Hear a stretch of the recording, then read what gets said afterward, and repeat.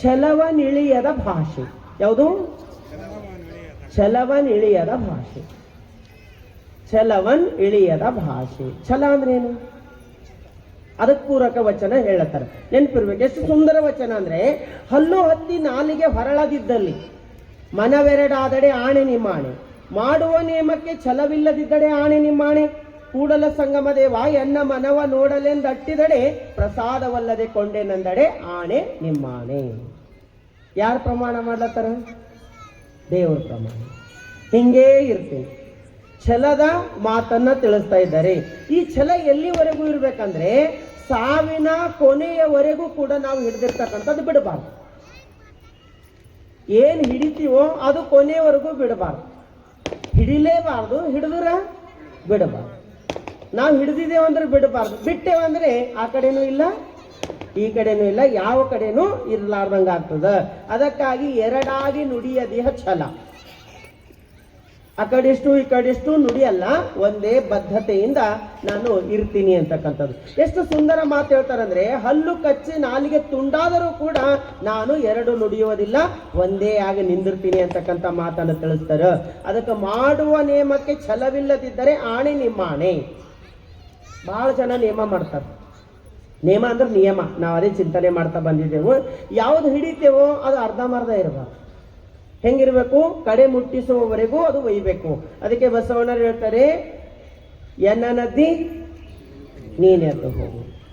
ಇದು ಪೀಠಿಕೆ ಬಂದಂಗ ಬಂದ್ರು ಕೂಡ ನಮ್ಮೆಲ್ಲ ಚಿಂತನೆಗಳಿಗೆ ಅದು ಕಾರಣವಾಗ್ತದ. ಎಷ್ಟು ಚಂದ ಹೇಳ್ತಾರಂದ್ರೆ, ಛಲ ಮತ್ತು ಹಠ ಎರಡು ಶಬ್ದಗಳು ನಾವು ಯಾವಾಗ ಕೇಳಿರ್ತೇವೆ. ಛಲ ಮತ್ತು ಹಠ. ಛಲ ಅಂದ್ರೆ ಏನು? ಬಹಳ ಚಂದ ಹೇಳ್ತಾರೆ. ಛಲ ಅಂದ್ರೆ ವ್ಯಷ್ಟಿ ಸಮಷ್ಟಿಗಳ ಕಲ್ಯಾಣಕ್ಕಾಗಿ ಸತ್ಯ ಸಾಧನೆಗಾಗಿ ಮಾಡುವ ಪ್ರತಿಜ್ಞೆ. ಛಲ ತೊಟ್ಟಿದ್ದೇವಂದ್ರೆ ಏನು? ಇದು ಮಾಡೇ ತೀರ್ತೀವಿ ಅನ್ನೋದು ಛಲ.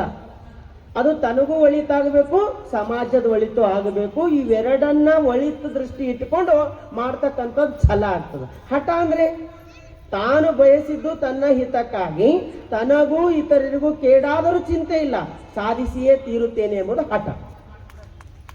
ತಾನೇನು ಬಯಸ್ತಾನ ಅದು ತನಗೆ ಒಳ್ಳೇದಾಯ್ತದೋ ಇಲ್ಲೋ ಗೊತ್ತಿಲ್ಲ, ತನಗೂ ಒಳ್ಳೇದಾಗ್ಲಿಲ್ಲ ಇನ್ನೊಬ್ರಿಗೂ ಒಳ್ಳೇದಾಗ್ಲಿಲ್ಲ ಅಂದ್ರೂ ಕೂಡ ನಾನು ಮಾಡೇ ತೀರ್ತೀನಿ ಅಂತಕ್ಕಂಥದ್ದು ಹಠ. ಹಠ ಇರಬೇಕಾ? ಛಲ ಇರಬೇಕಾ? ಛಲ. ಹಠ ಇರಬಾರ್ದು. ಕೆಲವೊಬ್ರು ಇರ್ತಾರೆ, ನನ್ನ ಜೀವ ಹೋಗಲ್ಲ ಅವನಿಗೆ ಬಿಡಲ್ಲ ಅಂತ. ಹೋದ್ಮೇಲೆ ಯಾರಿಗೆ ಇಡವಿದ್ದಿ? ಹೆಂಗಾಡ್ತಾರೆ ಮತ್ತೆ, ನನ್ನ ಜೀವ ಹೋಗ್ಲಿ ಆದ್ರೆ ಅದು ಬಿಡಲ್ಲ. ಅವನಿಗೆ ತಗೊಂಡೇ ಹೋಯ್ತೆ ಆದ್ರೆ ಅದು ಬಿಡಲ್ಲ. ಮನುಷ್ಯನ ಒಂದು ವಿಚಿತ್ರ ಸ್ವಭಾವ. ಎಂಥ ಸ್ವಭಾವ ಅಂದ್ರೆ, ಅಶಾಶ್ವತವಾಗಿರ್ತಕ್ಕಂಥ ಜೀವನದಲ್ಲಿ ಬದುಕಿ ಶಾಶ್ವತ ಸುಖವನ್ನು ಮರೆತು ಹಠದಲ್ಲಿ ಬದುಕ್ತಾನಲ್ಲ. ಅದಕ್ಕಾಗಿ ಇದು ಜೀವನಕ್ಕೆ ಯಾವುದೇ ರೀತಿಯ ಒಳ್ಳೇದ ಮಾಡಲ್ಲ. ಹಠ ಇರಬಾರ್ದು. ಏನಿರ್ಬೇಕು ನಮ್ಮಲ್ಲಿ? ಛಲ ಇರ್ಬೇಕು. ಅದಕ್ಕೆ ಬಸವಣ್ಣರು ಹೇಳೋರು, ಛಲ ಬೇಕು ಶರಣಂಗೆ ಪರಧನವನು ಅಲ್ಲೇನೆ ಬಾ. ಎಂತ ಮಾತಾಡ್ತಾರೆ ಗುರು ಬಸವಣ್ಣ. ಛಲ ಇರ್ಬೇಕಂತಾರೆ, ಹಠ ಬೇಕು ಅನ್ಲಿಲ್ಲ ನಮ್ಮಪ್ಪ. ಹಠ ಬೇಕಂತ ಹೇಳಲ್ಲ, ಛಲ ಬೇಕು ಅಂತ ಹೇಳ್ತಾರೆ. ನಾವು ನೋಡ್ತೀವಿ ಗುರು ಬಸವಣ್ಣವ್ರ ಛಲ ಏನಿತ್ತಂದ್ರೆ, ಈ ಸಮಾಜ ಸದೃಢವಾಗಿ ಕಟ್ಟಬೇಕು. ಇವನಾರವ ಇವನಾರವ ಇವನಾರವ ಎನ್ನದೆ ಇವ ನಮ್ಮವ ಅಂತ ಎಲ್ಲರನ್ನ ಹಿಂಬಿಟ್ಕೊಳ್ಬೇಕು. ಎಲ್ಲರೂ ದೇವನ ಮಕ್ಕಳು ಅಂತಕ್ಕಂಥ ಭಾವನೆಯಿಂದ ಭಾತೃತ್ವದಿಂದ ಬದುಕಬೇಕು ಅಂತಕ್ಕಂಥ ಛಲವನ್ನು ಇಟ್ಕೊಂಡು ಬಸವಣ್ಣನವರು ಅನುಭವ ಮಂಟಪವನ್ನು ಕಟ್ಟಿದ್ರು. ಆದರೆ ಅವರ ಪಕ್ಕದಲ್ಲೇ ಇರ್ತಕ್ಕಂಥ ಮಂಚಣ್ಣನ ಬಳಿ ಏನಿತ್ತು? ಹಠ ಇತ್ತು. ಶರಣರ ಕ್ರಾಂತಿಯನ್ನ ಮುಗಿಸೇ ಬಿಡ್ತೀನಿ, ವಚನ ಸಾಹಿತ್ಯವನ್ನು ಸುಟ್ಟು ಹಾಕೇ ಬಿಡ್ತೀನಿ, ಶರಣರ ಕ್ರಾಂತಿ ನೆನಪಿರ್ಲಾರ್ದಂಗ ಮಾಡ್ತೀನಿ ಅಂತಕ್ಕಂಥ ಹಠ ಇಟ್ಟುಕೊಂಡು ಈ ಕಡೆ ಮಂಚಣ್ಣ ಮುಂದುವರೆದ್ರು, ಈ ಕಡೆ ಬಸವಣ್ಣನವ್ರು ಮುಂದುವರೆದ್ರು. ಇವರಿಬ್ಬರ ಛಲ ಮತ್ತು ಹಠ ಇವತ್ತು ಎಲ್ಲರಿಗೂ ಆದರ್ಶ ಅದ. ಯಾರ್ದಾರ ಮನೆಯಾಗ ಮಗು ಹುಟ್ಟರ ಮಂಚಣ್ಣ ಅಂತ ಹೆಸರಿಡ್ತಾರೇನು? ಇಟ್ಟಿರೇನು? ಯಾರು ಯಾರಿಗಾರ ಬೈಯೋದಿತ್ತಂದ್ರೆ ಬಳಸ್ತೇವೆ ನೋಡ್ರಿ. ಏನಂತ ಬಯಸ್ತೇವೆ? ಕೊಂಡಿ ಮಂಚಣ್ಣ ಏನಂತ. ಹೌದಲ್ಲ? ಯಾಕ? ಅವ ಹಠದಿಂದ ಬದುಕಿ, ಇವರು ಛಲದಿಂದ ಬದುಕಿದ್ರು. ಅಕ್ಕ ಜೀವನದಾಗ ಸಾಧನೆ ಮಾಡ್ತೀವಂತ ಮನೆ ಬಿಟ್ಟಳು. ಮಹಾದೇವಿ ತಾಯಿ ಕೌಶಿಕ ನಿನ್ನ ಸಾಧನೆ ಮಾಡಿಬಿಡಲ್ಲ ಅಂತ ತಡೆ ಒಡ್ಡಿದ್ನು. ಅಕ್ಕನ ಛಲ ಸಾಯುವ ಕೆಡುವ ಗಂಡರನ್ನು ಇದು ಒಲೆಯೊಳಗಿಕ್ಕು ಸಾವಿಲ್ಲದ ಕೇಡಿಲ್ಲದ ರುಹಿಲ್ಲದ ಪತಿ ಒಬ್ಬ ಪರಮಾತ್ಮ ಅಂತ ಅಕ್ಕ ಛಲವನ್ನೇ ಇಟ್ಟುಕೊಂಡು ಹೊರಗೆ ಬಂದಳು. ಕೌಶಿಕ ಎಷ್ಟೇ ಪ್ರಯತ್ನ ಮಾಡ್ರು ಕೂಡ ಅಕ್ಕನಿಗೆ ಹಿಡಿಲಿಕ್ಕಾಗ್ಲಿಲ್ಲ. ಇವತ್ತೆರಡೂ ಉದಾಹರಣೆಗಳವ. ಅಕ್ಕನೂ ಉದಾಹರಣೆ ಅದಳ, ಈ ಕಡೆ ಕೌಶಿಕನೂ ಉದಾಹರಣೆ ಅದರ. ಯಾರು ಶ್ರೇಷ್ಠ ಅದರ ನಮಗ? ಅದಕ್ಕೆ ಈಗ ನೆನಪಿಟ್ಟುಕೊಂಡು ಛಲ ಇರಬೇಕಾ ಹಠ ಇರಬೇಕಾ? ಛಲ. ಹಠ ಇರಬಾರ್ದು. 2 ಎಕರೆ ಆಸ್ತಿ ಇತ್ತು. ಅಣ್ಣ ತಮ್ಮ ಇಬ್ರು ಬೇರೆ ಬೇರೆ ಆಗಿದ್ರು. ಮಧ್ಯದ ಒಂದು ದೊಡ್ಡದು, ನಿಮ್ ಕಡೆ ಕಟ್ಟಿ ಅಂತೀರಿ ಏನಂತೀರಿ, ಮಧ್ಯದ ಹಾಕ್ತೇವಲ್ಲ ಒಡ್ಡು, ಇಬ್ಬರು ಮಧ್ಯದಾಗ ಇರ್ತಕ್ಕಂಥದ್ದು ಒಡ್ಡು. ಅದ್ರಾಗ ಒಂದು ಗಿಡ ಬೆಳೆದಿತ್ತು, ಜಾಲಿ ಗಿಡ. ಜಾಲಿ ಗಿಡ ಬೆಳೆದಿತ್ತು. ದೂರಿಂದ ನೋಡ್ರ ಅದು ಅಣ್ಣಂದು ಅಲ್ಲ ತಮ್ಮಂದು ಅಲ್ಲ, ಮಧ್ಯದಾಗ ಬೆಳೆದಿತ್ತು.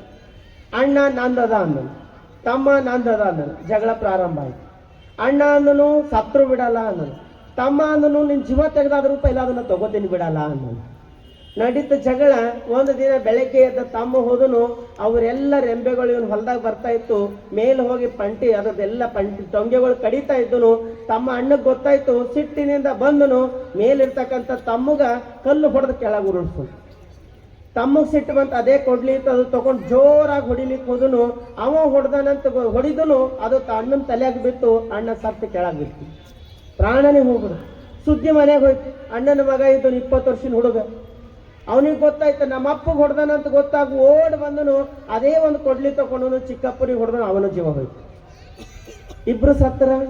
ಇಲ್ಲಿ ಉಳಿದ್ರು ಇನ್ ಮಗ ಉಳಿದಿನು. ಪೊಲೀಸರು ಬಂದ ಮಗನಿಗೆ ಹೋಯ್ದರು. ಇವ್ರಿಬ್ಬರು ಹೆಂಡ್ರಿದ್ರು. ಇವ್ರ ಸುಮ್ಮನಿದ್ರ. ಇವ್ರು ಒಬ್ರಿಗೊಬ್ರು ಹೊಡ್ಕೊಂಡು ತಲೆ ಹೊಡ್ಕೊಂಡ್ರು. ಏನ್ ಸಾಧನೆ ಇತ್ತು? ಜಾಲಿಗಡ ನೋಡಿ ನಗ್ಲತ್ತಿತ್ತು ಅಂತ. ಯಾರಿಗೆ ನೋಡಿ? ಹುಚ್ಚರೇ, ನಾನು ಹಿಂದೂ ಅಲ್ಲ ಅವಂದು ಅಲ್ಲ, ನಾ ಬೇರೆನೇ ಇದ್ದು. ಇದು ಸುಮ್ಮನೆ ನಾನೊಂದು ಉದಾಹರಣೆಯಾಗಿ ಹೇಳಿದ್ರು ಕೂಡ ಎಷ್ಟು ಸಾರಿ ಇಂಥ ಘಟನೆಗಳು ಘಟಿಸೋಗಲ್ಲ ನಮ್ಮ ಎದುರಿಗೆ. ಎಷ್ಟು ಸರಿ ಸಣ್ಣ ಒಂದೊಂದು ಗೇಣಿಗಾಗಿ ಮನುಷ್ಯ ಜಗಳ ಆಡ್ತಾನ. ಒಂದು ಸಣ್ಣ ಮನೆ ಕಾಂಪೌಂಡಿಗಾಗಿ ಜಗಳ ಆಡ್ತಾನ. ತನ್ನ ಪ್ರಾಣವನ್ನೇ ಕಳ್ಕೊಳ್ತಾನೆ. ಆದ್ರ ಹಠ ಬಿಡಲ್ಲ ಅಂತ ಹೇಳ್ತಾನೆ. ಅದಕ್ಕೆ ಹಠ ಇರಬಾರ್ದು, ಛಲ ಇರಬೇಕು. ಹೆಂಗಂದ್ರೆ ನನಗೂ ಒಳ್ಳೇದಾಗಬೇಕು, ಸರ್ವರಿಗೂ ಒಳಿತಾಗಬೇಕು. ಈ ಛಲ ಇತ್ತಂತಂದ್ರೆ ನಾವು ಬಸವಣ್ಣರ ವಚನ ಓದಿಕ್ಕೂ ಕೂಡ ಸಾರ್ಥಕ ಆಗ್ತದ. ಆ ಛಲ ಎಲ್ಲರಲ್ಲಿ ಬರಲ್ಲ. ಆ ಛಲ ಬೇಕಂದ್ರೂ ಕೂಡ ಎಷ್ಟು ಚಂದ ಬರೀತಾರೆ ಬಸವಣ್ಣರಂದ್ರೆ, ಹುಲಿಯ ಹಾಲು ಹುಲಿಗಲ್ಲದೆ ಹೊಲದ ಹುಲ್ಲೆ ಗುಣಬಾರದು, ಕಲಿಯ ಕಾಲ ತೊಡರು ಛಲದಾಳಿಗಲ್ಲದೆ ಇಕ್ಕಬಾರದು, ಅಳಿಮನದಾಸೆಯವರ ಮೂಗ ಹಲದೋರೆ ಕೈಯುವ ಕೂಡಲ ಸಂಗಮ ದೇವ. ಏನು ವಚನ ರೀ ಇದು? ಬಹಳ ಸುಂದರ ವಚನ. ಹುಲಿಯ ಹಾಲು ಹುಲಿಗಲ್ಲದೆ ಹೊಲದ ಹುಲ್ಲೆಗೆ ಉಣಬಾರದು. ಹುಲಿ ಹಾಲು ಹುಲಿ ಮರಿ ಮಾತ್ರ ಕುಡಿಲಕ್ ಸಾಧ್ಯ ಅಂತ, ಜಿಂಕೆ ಕುಡಿಲಕ್ ಆಗಲ್ಲ ಅಂತ. ಹುಲಿ ಹಾಲು ಹಿಂಡಬೇಕಾದ್ರೆ ಬಂಗಾರದ ಪಾತ್ರೆಯಲ್ಲಿ ಹಿಂಡ್ತಾರಂತ. ಅಲ್ಯೂಮಿನಿಯಂ ಪಾತ್ರೆಯಲ್ಲಿ ಹಿಂಡಿದ್ರೆ ಅದು ಅದ್ರಾಗ ಹಿಡಿಲಿಕ್ಕೂ ಆಗಲ್ಲಂತ, ಹೊರಗೆ ಹೋಗ್ತಾವಂತ ಹಾಲು. ಅಂದ್ರೆ ಅಷ್ಟೊಂದು ಗಟ್ಟಿ ಹಾಲು ಅಂತ ಹೇಳ್ತಾರೆ. ಅಷ್ಟೊಂದು ಶಕ್ತಿಯುತವಾಗಿರ್ತಕ್ಕಂಥ ಹಾಲು. ಛಲ ಎಲ್ಲರಿಗೂ ತೊಡ್ಲಿಕ್ಕೆ ಆಗಲ್ಲ. ಛಲ ತೊಡಬೇಕಾದ್ರೆ ಬಹಳ ಶಕ್ತಿ ಬೇಕು ಮನುಷ್ಯನಲ್ಲಿ. ಇದು ಮಾಡಿದ್ದು ಇನ್ನೊಮ್ಮೆ ನಾವು ಮಾಡಲ್ಲ ಅನ್ನೋ ಪ್ರತಿಜ್ಞೆ ಮಾಡೋದಲ್ಲ, ಅದು ಬಹಳ ನಮ್ಮದು ಇರ್ತಾವ. ನಾವು ಮಾಡ್ತೀವಿ. ಕೂಡಸ್ತಾನ ಒಂದು, ಕುಂತ ಮೇಲೆ ಒಂದು. ಈಗೆಲ್ಲ ನಾ ಪ್ರವಚನ ಹೇಳ್ಬೇಕಾದ ನಿಮಗೆ ಅನಿಸ್ತದೆ ಏನ್ ಖರೆ ಹೇಳ್ತಾರ. ಸತ್ಯ ಸತ್ಯ ಸತ್ಯ, ಒಂದು ಮಾತು ತಪ್ಪಿಲ್ಲ. ಇದು ಜೀವನದಾಗ ಅಳವಡಿಸ್ಕೊಂಡ್ರೆ ನಾವು ದೇವರೇ ಆಯ್ತೀವಿ ಅನ್ಕೊಂಡು ಕೇಳಿ ಎದ್ದು ಹಿಂಗೆ ಏನಾರ ಧೂಳಿ ಜಾಡಿಸ್ಕೊಂಡು ಹಿಂದಕ್ಕೆ ತಿರುಗಿ ಹೋದ್ರಂದ್ರೆ ಮತ್ತೊಂದು ಮಾತು ನೆನಪಿರಲ್ಲ, ಮರ್ತೋದು ಇಲ್ಲೇ. ಆದ್ರೆ ಶರಣರು ಹೆಂಗಿದ್ರು? ಒಮ್ಮ ಛಲ ತೊಟ್ಟಿದ್ರು. ಒಮ್ಮ ಜೀವನದ ಪ್ರತಿಜ್ಞೆ ಮಾಡ್ಕೊಂಡ್ರಂತಂದ್ರೆ ಯಾವತ್ತೂ ಕೂಡ ಅದರಿಂದ ಹೊರಗೆ ಬರ್ತಿದ್ದಿಲ್ಲ. ಹುಲಿಯ ಹಾಲು ಹುಲಿಗಲ್ಲದೆ ಹೊಲದ ಹುಲ್ಲೆ ಗುಣಬಾರದು, ಕಲಿಯ ಕಾಲ ತೊಡರು ಛಲದಾಳಿಗಲ್ಲದೆ ಇಕ್ಕಬಾರದು. ಕಲಿಯ ಕಾಲ ತೊಡರು ಅಂದ್ರೆ ಅವಾಗೆಲ್ಲ ವೀರರ ಕಾಲ ಕಡಗ ಹಾಕ್ತಿದ್ರು. ವೀರ ಯೋಧರ ಕಾಲದ ಕಡಗ ಹಾಕ್ತಿದ್ರು. ಕಡಗ ಹಾಕೋ ಉದ್ದೇಶ ಏನು? ನಾನು ಸಾವಿಗೂ ಕೂಡ ಭಯ ಪಡಲ್ಲ ಅಂತಕ್ಕಂಥ ಛಲ ಅವನಲ್ಲಿ ಇರ್ತಿತ್ತು. ಅಮ್ಮ ಮಹಾರಾಜ ಡೊಂಗೂರು ಸಾರಿದ್ನು. ಯೋಧರಾಗಿ ಯಾರು ಆಯ್ಕೆ ಐತಿರಿ, ನಾವು ನಿಮಗ ಸ್ಯಾಲ್ರಿ ಕೊಟ್ಟು ಇಟ್ಕೊಳ್ತೀವಿ ಅಂತ ಡೊಂಗೂರು ಸಾರ್ಬೇಕಾದಾಗ ಇಬ್ಬರು ಯೋಧರು ಬಂದರು. ಅವರು ಅತ್ಯಂತ ಬಲಿಷ್ಠ ಯೋಧರು ಮತ್ತು ಪ್ರಾಮಾಣಿಕ ನಿಷ್ಠಾವಂತ ಯೋಧರು ಎದುರು ಬಂದರು.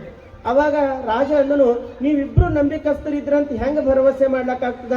ನನ್ನ ಪ್ರಾಣದ ಮೇಲೆ ಏನಾರ ಕೂತು ಬಂದ್ರೆ ನೀವು ಹೆಂಗೆ ರಕ್ಷಣೆ ಮಾಡ್ತೀರಿ ಅಂತ ಒಂದು ಮಾತು ಅಂದ ತಕ್ಷಣ ಇಬ್ರು ಯೋಧರು ತಲುವರು ತಗೊಂಡ್ರು. ಒಬ್ರಿಗೊಬ್ರು ಇದು ಯುದ್ಧ ಆಡಾಡಿ ಕೊನೆಗೆ ಇಬ್ರು ರುಂಡ ಉರುಳಿಸ್ಕೊಂಡು ಕೆಳಗೆ ಬಿದ್ದರು.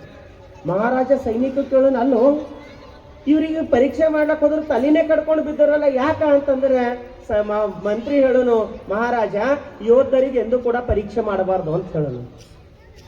ಅವರದು ಮೀರಿ ನಿಂತಿರ್ತಾರ. ಪ್ರಾಣದ ಆಸೆಯನ್ನ ಕಳ್ಕೊಂಡಿರ್ತಕ್ಕಂಥ ಯೋಧರಾಗ್ತಾರೆ. ಪ್ರಾಣದ ಹಂಗಿರ್ತಕ್ಕಂಥವ್ರು ಯಾವತ್ತೂ ಕೂಡ ಯೋಧರ ಆಗೋದಿಲ್ಲ ಅಂತಕ್ಕಂಥ ಮಾತು ತಿಳಿಸನಂತ.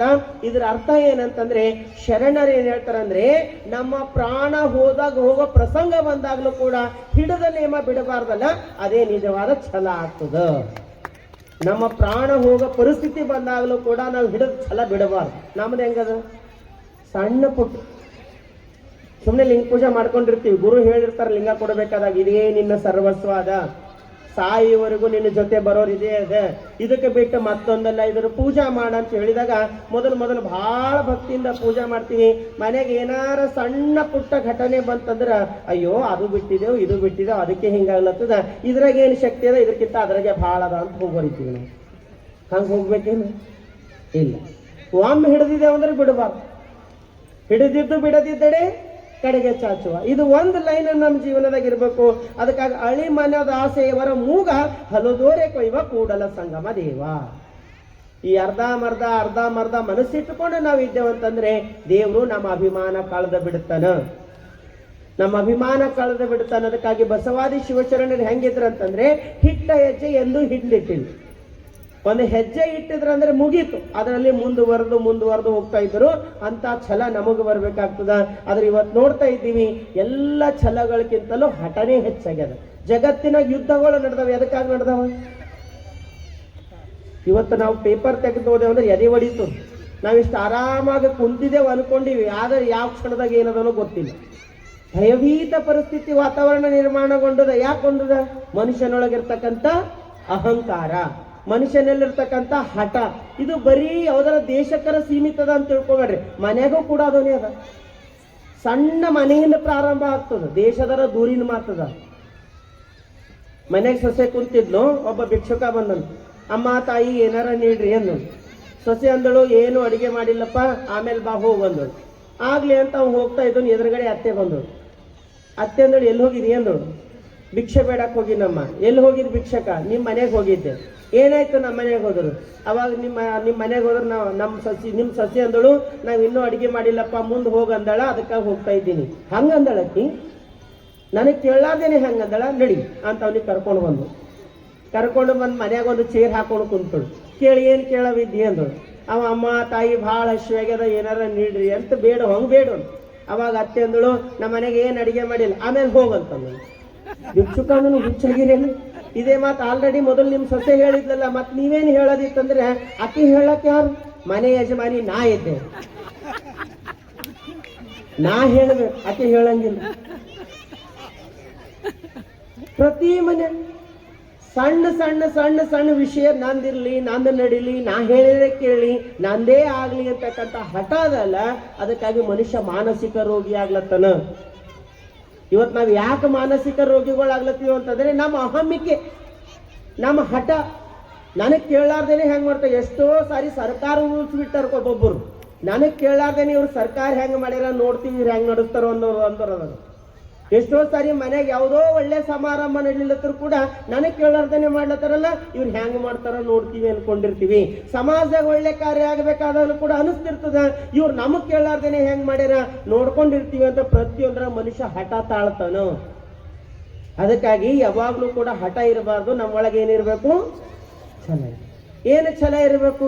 ಇವ್ರು ಹಿಂಗೆ ಮಾಡ್ಯಾರಲ್ಲ, ಇದಕ್ಕಿಂತ ದೊಡ್ಡದು ಮಾಡಿ ತೋರಿಸ್ತೀನಿ ಅನ್ನೋ ಛಲ ಇರ್ಬೇಕೆ ವಿನಃ ಮಾಡೋದು ಕಡಿಮೆ ಮಾಡ್ತೀನಿ ಅನ್ನೋ ಛಲ ಇರಬಾರ್ದು, ಹಠ ಇರಬಾರ್ದು. ಮಾಡೋದ್ರಲ್ಲಿ ಅಡೆತಡೆ ತರ್ತೀನಿ ಅಂತಕ್ಕಂಥ ಹಠ ಇರಬಾರ್ದು. ಇನ್ನ ಚಂದ ಮಾಡಿ ತೋರಿಸ್ತೀನಿ, ಇದಕ್ಕಿಂತ ಚಂದ ಮಾಡಿ ತೋರಿಸ್ತೀನಿ ಅಂತಕ್ಕಂಥ ಛಲ ಇರಬೇಕು. ಅದಕ್ಕಾಗಿ ಛಲ ಇಲ್ಲದವರ ಮೆಚ್ಚ ಕೂಡಲ ಸಂಗಮ ದೇವ. ಯಾರಲ್ಲಿ ಛಲ ಇರಲ್ಲ ಅಂತವರಿಗೆ ಪರಮಾತ್ಮ ಮೆಚ್ಚುವುದಿಲ್ಲ. ಎಷ್ಟು ಚಂದ ಹೇಳ್ತಾರೆ ಇಲ್ಲಿ. ಮೋಳಿಗೆ ಮಾರಯ್ಯನವ್ರು ಹೇಳ್ತಾರೆ, ಇಂದ್ರಿಯ ಕಟ್ಟಿ ವಸ್ತುವ ಅರೆದಿಹೇನೆಂದೆಡೆ ಕರೆವ ಹಸುವಲ್ಲ. ಇಂದ್ರಿಯ ಕಟ್ಟಿ ವಸ್ತುವ ಅರಿದಿಹೇನೆಂದೆಡೆ ಕರೆವ ಹಸುವಲ್ಲ. ಇಂದ್ರಿಯಗಳ ಬಿಟ್ಟು ವಸ್ತುವ ಅರಿದಿಹೇನೆಂದೆಡೆ ಬೀಡಾಡಿಯಲ್ಲ. ವಸ್ತುವನ್ನು ಅರಿಯುವುದಕ್ಕೆ ಎರಡಳಿದು ಒಂದಾಗಬೇಕು. ಆ ಸಂಧಿಯ ಬೆಸುಗೆಯಲ್ಲಿ ನಿಂದಿರದವನ ಅಂದವ ನೋಡ ನಿಕ್ಕಳಂಕ ಮಲ್ಲಿಕಾರ್ಜುನ. ಈಗ ಇಷ್ಟೊತ್ತವರೆಗೂ ಹೊರಗಿನ ಮಾತಾಡಿದೆವು. ಎಲ್ಲಿಂದ ಮಾತಾಡಿದೆವು? ದೇಶದ ಮಾತಾಡಿದೆವು, ಮನೆಯದ ಮಾತಾಡಿದೀವಿ, ಹಠದ ಮಾತಾಡಿವಿ, ಛಲದ ಮಾತಾಡಿವಿ, ಇವೆಲ್ಲ ಹೊರಗಿನ ಮಾತಾಡಿದೆವು. ಈಗ ಒಳಗಿಂದ ಮಾತಾಡ್ತಾರೆ ಶರಣ. ಯಾವುದರ ಮೇಲೆ ನಾವು ವಿಜಯ ಸಾಧಿಸಬೇಕು ಅಂತ ಅನ್ನೋದು ಕುರಿತು ಮಾತಾಡ್ತಾರೆ. ಯಾವುದ್ರ ಮೇಲೆ ಸಾಧಿಸಬೇಕು? ದೇಶ ಗೆದಿಬಹುದು, ಪ್ರಪಂಚನೇ ಗೆದಿಬಹುದು, ಆದ್ರೆ ಗೆದಿಲಾರ್ದು ಒಂದೇ ಒಂದದ. ಏನದ ಹೇಳ್ರಿ? ಮನಸ್ಸು. ಮನಸ್ಸು ಗೆದ್ದು ನೋಡ್ರಿ ಒಂದ್ಸರಿ. ಮನಸ್ಸಿಗೆ ಗೆದಿಯೋದಷ್ಟು ಸುಲಭ ಅಲ್ಲ. ಮನಸ್ಸಿನ ಮೇಲೆ ಹಿಡಿತ ಸಾಧಿಸುವುದು ಅಷ್ಟೊಂದು ಸುಲಭವಾಗಿರ್ತಕ್ಕಂಥ ಮಾತಲ್ಲ. ಯಾರ ಮನಸ್ಸಿನ ಮೇಲೆ ಹಿಡಿತ ಸಾಧಿಸ್ತಾರೋ ಅವ್ರು ಪರಮಾತ್ಮನ ಮೇಲೆ ಹಿಡಿತ ಸಾಧಿಸಿದಂಗಂತ. ಪರಮಾತ್ಮನನ್ನೇ ನಾವು ಹಿಡ್ದಂಗಂತ. ಯಾರ ಮನಸ್ಸು ಹಿಡಿತ ಸಾಧಿಸಿದವ್ರು. ಮನಸ್ಸು ಹಿಡಿತ ಸಾಧಿಸ್ಲಿಲ್ಲ ಅಂತಂದ್ರೆ ಎಲ್ಲ ಅವಘಡಗಳಿಗೆ ಕಾರಣ ಅದೇ ಆಗ್ತದ. ಮನಸ್ಸು ಅಂದ್ರೆ ಏನು ನೋಡಿರೇ? ಯಾರ ಎಲ್ಲರ ಬಲ್ಲ ಅದನ? ಇಲ್ಲ, ಎಲ್ಲರ ಬಲ್ಲ ಅದಲ್ಲ. ಎಲ್ಲರ ಬಲ್ಲ ಅದ ಅಂತ ಇಲ್ಲಿ ಕೂಡ್ಸದಿಲ್ದವ್ರು ಎಬ್ಬಿಸ್ತಿತ್ತು, ಇಲ್ಲ ಅಂದ್ರೆ ಎಬ್ಬಿಸ್ಬಿಡ್ತಿತ್ತು. ಅದು ಮನಸ್ಸು. ಅದು ಮನಸ್ಸು ಮಾಡ್ರೆ ಇಲ್ಲಿ ಬರ್ಬಿಡ್ತದ. ಮನಸ್ಸು ಮಾಡ್ಲಿಲ್ಲ ಅಂದ್ರೆ ಇಲ್ಲಿ ಬರ್ಲಿಕ್ಕೆ ಬಿಡಲ್ಲ. ಅದು ಏನ್ ಹೋಯ್ತಿ ತಗೋ, ಇವತ್ತೊಂದಿನ ಬಿಡು ಅಂತಂದ್ರೆ ಮುಗಿದು ಹೋಯ್ತು. ನೀವ್ ಏನಾರ ಅಂದ್ರೆ ಅದು ಹೊರಗೆ ಬರಬಿಡಲ್ಲ. ಅದಕ್ಕಾಗಿ ಈ ಮನಸ್ಸು ಹೆಂಗದ ಅಂದ್ರೆ ಎಲ್ಲದರ ಮೇಲೆ ತನ್ನ ಒಂದು ಛಾಯೆ ಇಟ್ಟು ತಾನು ಹೇಳಿದಂಗೆ ಕೇಳಿಸ್ತದೆ, ತಾನು ಮಾಡಿಸಿದಂಗೆ ಮಾಡಿಸ್ತದೆ. ಅದಕ್ಕೆ ಅಕ್ಕ ಬಹಳ ಚಂದ ವಚನ ಹೇಳ್ತಾಳೆ. ಲೋಕದ ಚೇಷ್ಟೆಗೆ ರವಿ ಬೀಜವಾದಂತೆ, ಕರ್ಣಗಳ ಚೇಷ್ಟೆಗೆ ಮನವೇ ಬೀಜ. ನಮ್ಮ ಎಲ್ಲ ಇಂದ್ರಿಯಗಳಿಗೆ ಯಾವುದು ಬೀಜ ಅದ ಅಂದ್ರೆ ಮನಸ್ಸು ಬೀಜ ಅದ. ಅದು ಏನು ಮಾಡತ್ತದ? ಅದರ ಮುಖಾಂತರ ಎಲ್ಲ ಕಾರ್ಯ ಮಾಡಿಸ್ಕೊಳ್ಳುತ್ತದೆ. ಅದಕ್ಕೆ ಹಿಡಿತ ಯಾವ್ದು ಇಟ್ಕೊಳ್ಬೇಕು? ಮೊದಲಿಗೆ ಮನಸ್ಸಿಗೆ ಹಿಡಿತದಲ್ಲಿ ಇಟ್ಕೊಳ್ಬೇಕು. ಅದಕ್ಕೆ ಹೇಳ್ತಾರ, ಇಂದ್ರಿಯಗಳ ಕಟ್ಟಿ ವಸ್ತುವ ಅರಿದಿಹನೆಂದಡೆ ಕರೆವ ಹಸುವಲ್ಲ. ಇಂದ್ರಿಯಗಳು ಅಂದ್ರೆ ಯಾವ್ಯಾವು? ಕಣ್ಣು, ಕಿವಿ, ಮೂಗು, ನಾಲಿಗೆ, ಚರ್ಮ. ಇವು ಪಂಚೇಂದ್ರಿಯಗಳು ಅಂತ ಹೇಳ್ತೀವಿ. ಇವುದ್ರ ಮುಖಾಂತರವಾಗಿಯೇ ನಮ್ಮ ಮನಸ್ಸು ಹೊರಗೆ ಹರಿಲತ್ತದ. ಕಣ್ಣು ನೋಡ್ಬೇಡ ಅಂದ್ರೆ ನೋಡ್ತೇವೆ, ಏನ್ ನೋಡ್ಬೇಕೋ ಅದು ನೋಡವಲ್ದು, ಏನ್ ನೋಡ್ಬಾರ್ದು ಅದು ಭಾಳ ಚಂದ ನೋಡ್ತೀವಿ. ನಿಮ್ಮ ಮಕ್ಕಳಿಗೆ ಮೊಬೈಲ್ ಅದ, ಮೊಬೈಲ್ ಒಳಗ ಕ್ಲಾಸು ಬರ್ತದ, ಮೊಬೈಲ್ ಒಳಗ ರೀಲ್ಸು ಬರ್ತಾವ. ಯಾವ್ದು ನೋಡ್ತಾರೆ ಹೇಳ್ರಿ ನಿಮ್ಮ ಮಕ್ಕಳು? ಮೊಬೈಲ್ ಕೈದಾಗ ಕೊಡ್ರಿ, ಅದ್ರೊಳಗೆ ಕ್ಲಾಸು ಅದ, ಅದ್ರೊಳಗೆ ರೀಲ್ಸು ಅದ. ಮನುಷ್ಯನ ಇಷ್ಟ ಯಾಕಡೆ ಹೋಗ್ತದ? ನಿಮಗೆ ಎಕ್ಸ್ಪೀರಿಯನ್ಸ್ ಇದ್ದವ್ರು ಇದ್ರೆ ನಾ ಏನ್ ಹೇಳಿ, ಎಲ್ಲಿ ಹೋಗ್ತದ? ರೀಲ್ಸ್ ಕಡೆ ಹೋಗ್ತದ, ಕ್ಲಾಸಿನ ಕಡೆ ಹೋಗಲ್ಲ. ಮೊಬೈಲ್ ಅದ, ಚಾರ್ಜ್ ಅದ, ಎಲ್ಲ ಅದ. ಯಾವುದು ನೋಡ್ಬೇಕೋ ಅದು ನೋಡೋದು, ಯಾವುದು ನೋಡಬಾರ್ದು ಅದು ಭಾಳ ಚಂದ ನೋಡ್ಬೇಕು. ಅದಕ್ಕೆ ಈ ಮನಸ್ಸಿಗೆ ಸಂಸ್ಕಾರ ಕೊಡ್ಬೇಕು. ಈ ಕಣ್ಣು ಅದ ಅಲ್ಲ, ಕಣ್ಣು ಹೆಂಗದ ಅಂದ್ರೆ ಒಳ್ಳೇದು ನೋಡ್ತದ, ಕೆಟ್ಟದು ನೋಡ್ತದ. ಒಳ್ಳೇದು ನೋಡ್ರ ಒಳ್ಳೆ ಜೀವನ ಆಗ್ತದೆ, ಕೆಟ್ಟದ್ದು ನೋಡ್ರ. ಆದ್ರೆ ಈ ಕಣ್ಣು ನೋಡಲ್ದಂತ. ಕಣ್ಣಿನ ಮುಖಾಂತರ ಏನ್ ನೋಡ್ಲತ್ತದ? ಮನಸ್ಸು ನೋಡ್ಲತ್ತದ. ನೋಡುವುದು ಕಣ್ಣಲ್ಲ, ನೋಡುವುದು ಮನಸ್ಸದ. ಯಾವ್ದ್ರ ಮುಖಾಂತರ ನೋಡ್ಲತ್ತದ? ಕಣ್ಣಿನ ಮುಖಾಂತರ ನೋಡ್ಲತ್ತದ. ಒಂದು ವಸ್ತು ನೋಡ್ತು, ಬಹಳ ಸುಂದರದ, ಇದು ಬೇಕು ಅಂತಕ್ಕಂಥ ಹಠ ಮನಸ್ಸಿನಾಗ ತಗೊಂಡ್ತಂದ್ರೆ ಯಾವ ಪರಿಸ್ಥಿತಿ ಇದ್ರೂ ಕೂಡ ಬಿಡಲ್ಲ, ಅದು ತಗೊಂಡು ಬಿಡ್ತದ. ಯಾವುದು? ಮನಸ್ಸು. ಅದಕ್ಕಾಗಿ ಹೇಳ್ತಾರ, ಇಂದ್ರಿಯಗಳ ಕಟ್ಟಿ ವಸ್ತು ಅರಿದಿಹೇನೆ ನಡೆ ಕರೆವ ಹಸುವಲ್ಲ. ಈ ಕಣ್ಣು, ಕಿವಿ, ಮೂಗು, ನಾಲಿಗೆ, ಚರ್ಮ ಇವು ಕಟ್ಟಿ ನಾನು ನೋಡ್ತೀನಿ ಅಂತಂದ್ರೆ ಇದು ಏನು ಆಕಳಲ್ಲ ಅಂತ ಹೇಳ್ತಾರೆ. ಆಕಳು ಉದಾಹರಣೆ ಯಾಕೆ ಕೊಡ್ತಾರೆ? ಕೆಲವೊಂದು ಕಡೆ ಇರ್ತಾವ, ನೀವು ಆಕಳು ನೋಡ್ರಿ, ಭಾಳ ದಷ್ಟ ಪುಷ್ಟ ಇರ್ತಾವ, ಭಾಳ ದೊಡ್ಡ ಕೆಚ್ಚಲ್ ಇರ್ತದ. ಕರ್ದ್ರು ಒಂದು 5-6 ಲೀಟರ್ ಹಾಲು ಕೊಡಂಗಿರ್ತಾವ. ಬಲ್ಲಿ ಹೋಗಿ ಹಿಂಗೆ ಕೈ ಹಚ್ಚಿದಂದ್ರೆ ಒದಿತಾವ. ಎದಕ್ಕೆ ಬರ್ತದ? ಬೇಕಾದಷ್ಟು ಸಾಮರ್ಥ್ಯ ಇದ್ರು ಕೂಡ ಹೋಗಿ ಮುಟ್ಲಿಕ್ಕೆ ಬಿಡಲ್ಲ. ಆದ್ರೂ ಮಾಲೀಕ ಬಹಳ ಜಾಣ ಇರ್ತಾನೆ, ಕೊಡಲ್ ಹೋದ್ರು ಬಿ ಬಿಡಲ್ಲ. ಅದಕ್ಕೆ ಹೆಂಗ್ ಮಾಡ್ತಾನೆ? ಕಾಲ್ ಕಟ್ತಾನೆ. ಕಾಲ್ ಕಟ್ಟರ ಹಿಂಡ್ಕೋತಾನೆ, ಅದಕ್ಕೆ ಬಿಡ್ಲಿಲ್ಲ. ಕಾಲ್ ಕಟ್ತಾನೆ. ಎಷ್ಟು ಕಾಲ್ ಕಟ್ಟಕ್ ಪ್ರಾರಂಭ ಮಾಡ್ತಾರೋ ಅಷ್ಟು ಹೆಚ್ಚು ಒದ್ದಾಡ್ಲಿಕ್ಕೆ ಚಾಲೂ ಮಾಡ್ತಾವ.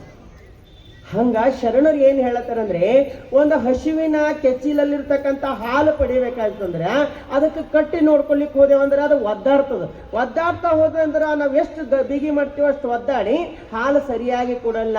ಅದಕ್ಕಾಗಿ ನಮ್ಮ ಮನಸ್ಸು ಕೂಡ ಹಂಗೆ ಅದ. ಇದಕ್ಕೆ ಕಟ್ಟಿ ಏನಾರ ಮಾಡ್ತಂದ್ರೆ ಸಾಧ್ಯ ಇಲ್ಲ. ಅದಕ್ಕೆ ನಾ ಯಾವಾಗಲೂ ಭಾಳ ಜನ ಹೇಳ್ತಿರ್ತಾರೆ, ಅಪ್ಪರೇ ನಾವು ಧ್ಯಾನ ಕುಂತಾಗ ಬೇಕಾಗಿದ್ದು ಬ್ಯಾಡಾಗಿದ್ದು ವಿಚಾರ ಬರ್ತಾವಲ್ಲ, ಹೆಂಗ್ ಮಾಡಬೇಕು ಅಂತ ಹೇಳ್ತಿರ್ತಾರೆ. ಇದು ಎಲ್ಲರ ಸಮಸ್ಯೆ ಅದ. ನಾವು ಏನೇನು ನೆನೆಸಬಾರ್ದಂತ ಕಣ್ಣು ಮುಚ್ಕೊಂಡು ಕೂಡ್ತೇವ್ರಿ, ಅದು ಇದು ಸಿಕ್ಕಿದ್ದೇ ನೆನಪು ಬರ್ತಾವ, ನಮಗೆ ಧ್ಯಾನನೇ ಹತ್ತಲ್ಲ. ಹೌದು, ಹಂಗೆ ಹತ್ತು ಕೊಡ್ತದ? ಸ್ವಭಾವದ ಮನಸ್ಸಿನ ಅದು ನಿಲ್ಗುಡೋದು, ಅದು ಸುತ್ತಾಡಿಸ್ತದ. ನೀವೇನು ಮಾಡಬೇಕು?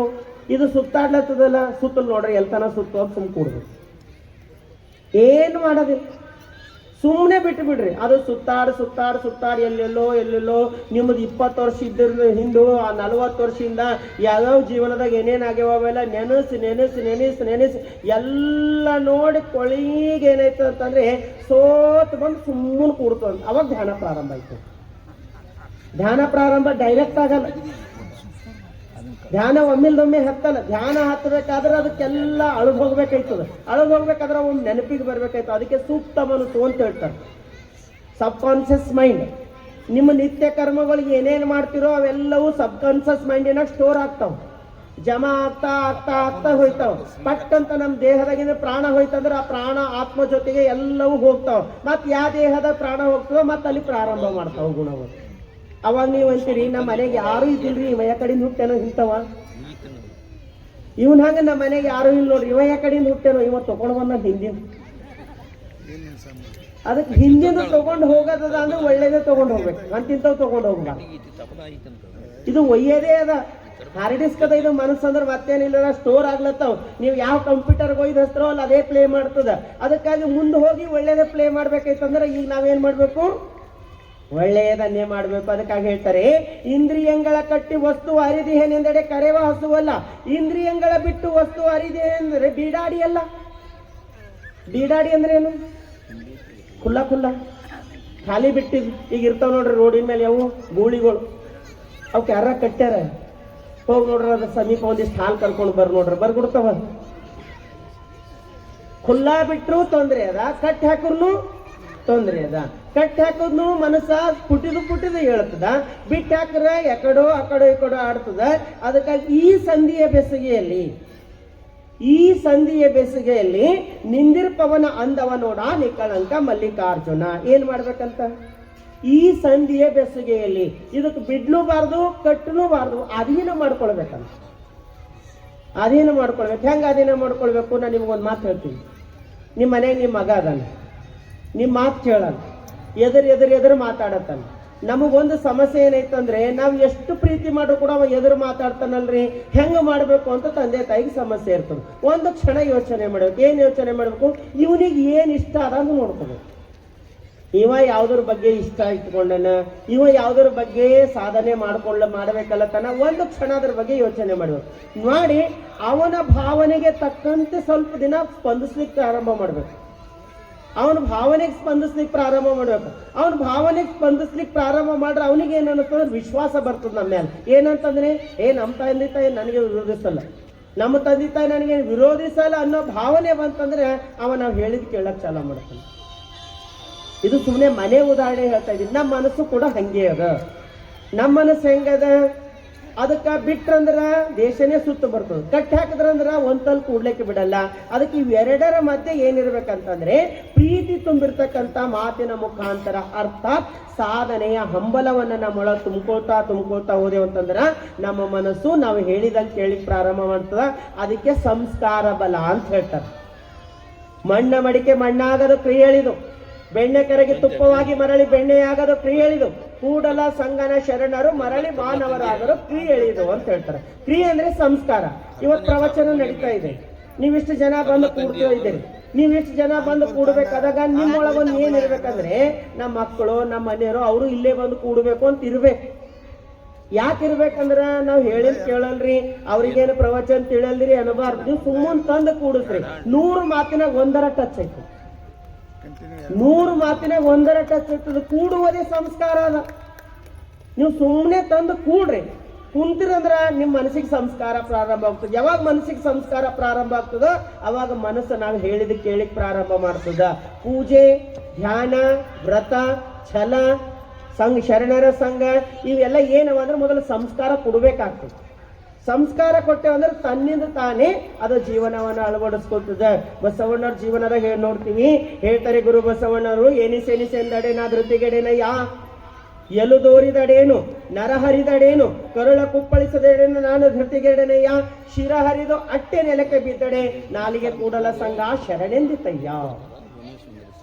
ಎಂತ ಮಾತು ಹೇಳ್ತಾರೆ ಗುರು ಬಸವಣ್ಣನಂದ್ರೆ, ದೇವ ನೀ ಎಷ್ಟು ಕಷ್ಟ ಕೊಡ್ತೀವಿ ಕೊಡು, ನಾನು ಅಂಜೋದಿಲ್ಲ, ನಾನು ಎಲು ಕಾಣಲಿ, ನರ ಹರಿಲಿ, ಕರುಳೇ ಕುಪ್ಪಳಿಸಿ ನೆಲಕ್ಕೆ ಬಿದ್ರು ಕೂಡ ನಾಲಿಗೆ ಕೂಡಲ ಸಂಘ ಶರಣೆಂದಿತಯ್ಯ. ನಿನಗೆ ಬಿಟ್ಟು ಮತ್ತೊಂದು ನೇನಿಯಲ್ಲ, ನಿನಗೆ ಬಿಟ್ಟು ಮತ್ತೊಂದು ಪ್ರಾರ್ಥಿಸಲ್ಲ ಅಂತಕ್ಕಂಥ ಭಾವ ಇತ್ತಲ್ಲ, ಇದು ಗುರು ಬಸವಣ್ಣರು ಪ್ರತಿಜ್ಞೆ ಬಹಳ ದೊಡ್ಡದಕ್ಕೆ ನಮ್ಮ ಜೀವನದಲ್ಲಿ ಯಾವಾಗಲೂ ಕೂಡ ಪ್ರತಿಜ್ಞಾಧಾರಿಗಳಾಗಬೇಕು. ಅರ್ಧ ಮಾಡ್ದೆವು ಬಿಡ್ದೆವು ಯಾವುದ್ರಾಗೂ ಪರಿಪೂರ್ಣ ಆಗಲ್ಲ. ಈ ಒಂದು ಊರಿಗೆ 100 ಹಾದಿ ಇರ್ಬೋದು, ಆದ್ರೆ ನಾವು ಹಿಡ್ಕೊಂಡು ಹೋಗೋದು ಒಂದೇ ಹಾದಿ ಅದ. ಇರ್ಬೋದಿಲ್ಲ ಅಂತಿಲ್ಲ, ಆದ್ರೆ ನಾವು ಹೋಗ್ತಕ್ಕಂಥ ಒಂದು ಹಾದಿ ಹಿಡ್ದೇವು ಅಂದ್ರೆ ಅರ್ಧ ಹೋದೆವು ಮತ್ತೆ ವಾಪಸ್ ಬಂದೆವು, ಮತ್ತೊಂದು ಅರ್ಧ ಹೋದೆವು ಮತ್ತೆ ವಾಪಸ್ ಬಂದೆವು, ಹಿಂಗೆ ಹೋದೆವು ವಾಪಸ್ ಬಂದೆವು ಅಂದ್ರೆ ನಾವು ಊರು ಮುಟ್ಲಿಕ್ಕೆ ಸಾಧ್ಯ ಆಗಲ್ಲ. ಅದಕ್ಕಾಗಿ ನಾವು ಊರು ಮುಟ್ಟಬೇಕಾದ್ರೆ ಹೆಂಗಿರ್ಬೇಕಂದ್ರೆ ಯಾವ್ದು ಹಿಡಿತೇವೋ ಅದು ಪರಿಪೂರ್ಣ, ಏನ್ ಹಿಡಿದಿದ್ದೇವೋ ಅದು ಪರಿಪೂರ್ಣ. ಯಾವ ವ್ರತ ಹಾಕೊಂಡಿದ್ದೇವೋ ಆ ವ್ರತ ನಿಷ್ಠರಾಗಿ ಮಾಡಿದೆವು ಅಂತಂದ್ರ ದೇವರು ನಮ್ಮ ಕೈ ಹಿಡಿತಾನೆ. ಅದಕ್ಕಾಗಿ ಅಂತ ವ್ರತಧಾರಿಗಳಾಗಿ ನಾವು ಮಾಡಿದೆವು ಅಂತಂದ್ರ ನಮ್ಮ ಜೀವನನೇ ಪರಮಾತ್ಮನ ಎತ್ತರಕ್ಕೆ ಇರ್ತದ. ಅದಕ್ಕೆ ಬಸವಣ್ಣನವರು ಛಲವರ್ ಇಳಿಯದ ಭಾಷೆ ಅಂತ ಹೇಳ್ತಾರೆ. ಛಲದಲ್ಲಿ ನಾವು ಕೆಳಗೆ ಇಳಿಯಲ್ಲ ಅಂತಕ್ಕಂಥ ಮಾತನ್ನ ತಿಳಿಸ್ತಾರೆ. ಅದಕ್ಕೆ ಈ ಛಲದೊಂದಿಗೆ ನಮ್ಮ ಸಂಸಾರನೂ ಕೂಡ ಅದೇ ಎತ್ತರ ಕೊಯ್ಬೇಕಂತಂದ್ರ ಮನೆಗೂ ಕೂಡ ಛಲ ತೊಡಬೇಕಂತ. ಏನ್ ಛಲ ತೊಡಬೇಕು? ಆದರ್ಶ ಪರಿವಾರ, ಪ್ರೀತಿ ತುಂಬಿರ್ತಕ್ಕಂಥ ಪರಿವಾರ, ಎಲ್ಲರನ್ನ ತನ್ನ ಎತ್ತರಕ್ಕೆ ಏರಿಸ್ಕೊಂಡು ಒಂದು ಮನೆ ವಾತಾವರಣ ಸುಂದರಗೊಳಿಸ್ತೀವಿ ಅಂತಕ್ಕಂಥ ಛಲ ನಮ್ಮೊಳಗಿತ್ತಂದ್ರೆ ನಮ್ಮ ಪರಿವಾರನ ಕೂಡ ಆನಂದದ ಪರಿವಾರ ಆಗ್ತದೆ. ಅದಕ್ಕೆ ಮನೆಗೆ ಉಪಯೋಗ ಆಗ್ತಕ್ಕಂಥ ನಾಲ್ಕು ಮಾತುಗಳು ನೆನಪಿಟ್ಕೊಂಡು ಹೋಗಿ. ಛಲ ಪರಮಾತ್ಮನ ಎತ್ತರಕ್ಕೆ ಇರ್ಲಿಕ್ಕದ, ನಮ್ಮ ಸಂಸಾರ ಆನಂದವಾಗಿ ಸಾಗಬೇಕಾಯ್ತಂದ್ರೆ ನಮಗೂ 4 ಮಾತು ನೆನಪಿಟ್ಕೊಂಡು ಹೋಗ್ಬೇಕು. ಯಾವ 4 ಮಾತು ಅಂದ್ರೆ ಪ್ರತಿಯೊಬ್ಬರಿಗೆ 4 ಅಕ್ಷರ ಬರ್ಬೇಕಂತ. ಸಂಸಾರದಲ್ಲಿ ಆನಂದವಾಗಿ ಬದುಕಬೇಕಾದ್ರೆ 4 ಅಕ್ಷರ ಬರ್ಬೇಕಂತ. ಯಾವ ಅಂದ್ರೆ ಅ, ಆ, ಈ, ಈ. ಇವು 4 ಅಕ್ಷರ ಬರ್ಬೇಕಂತ. ಬರ್ತಾವೆಲ್ಲರಿಗೆ? ಯಾರಿಗೆ ಬರೋ ಕೈ ಹತ್ರ ನೋಡ. ಈ ಬರಲ್ಲ. ನೀವಂತ್ರಿ ಯಾಕೋ ಇದು ಹೊಸದು ಹೇಳತ್ತಾರ. ನಾವು ಡಿಗ್ರಿ ಮಾಡಿದೆವು, ಡ್ಯೂಟಿ ಮಾಡಿದೆವು, ಎಲ್ಲ ಮಾಡಿದೆವು, ನಮಗೂ ಈ ಬರಲ್ಲೇನು, 4 ಅಕ್ಷರ ಬರಲ್ಲೇನಂತ ನಮಗೆ ಅನಿಸ್ಬೋದು. ಆದ್ರೆ ಶರಣರ ಪ್ರಕಾರ 4 ಅಕ್ಷರ ಹೇಳ್ತಾರೆ.